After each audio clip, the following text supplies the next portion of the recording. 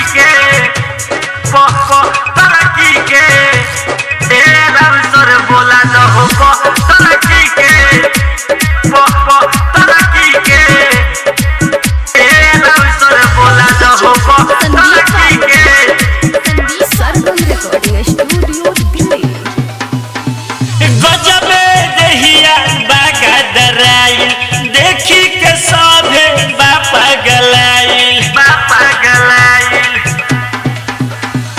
गजबे बिया गदराई देखी के सभे बात पगलाई होले पाछे नचई गोरकी समरकी के पाछे भोले नचई गोरकी समरकी के ए लवसर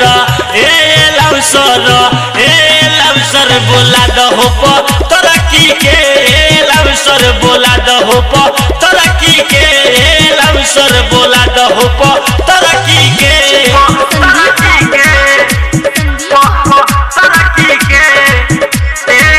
सर बोला न हो तरक्की के तरक्की के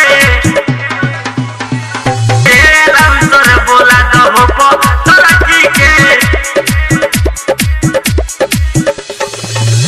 लचके कमरिया नागिन के जोई से उठावा के ललिया लागत गजब के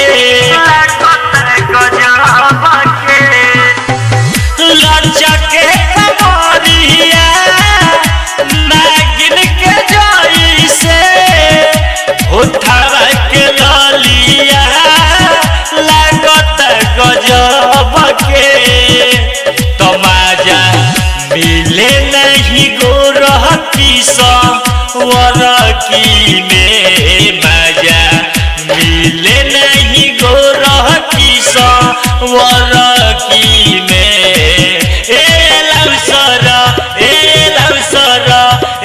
लवसर बोला दहो तरक्की के लवसर बोला दहो तरक्की के लवसर बोला दहो तरक्की के तरक्की के सर बोला न हो तरक्की के तरक्की के सर बोला न हो तरक्की के। लेके सोना तो सिवैले रुपया के गोदी लागे सोमिया नहवा में सहारा राती कोती लेके सोना तो सिवैले रुपया के गोदी लागे सोमिया नहवा में सारा राती कोती तो सागर लागता कि छोड़ दीप हिलकी के सागर लागता कि छोड़ दीप हिलकी के ए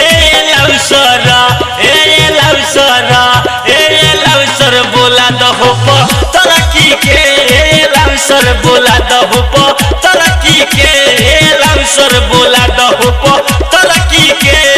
अरे बोलाओ ना। सरगम रिकॉर्डिंग स्टूडियो दिल्ली।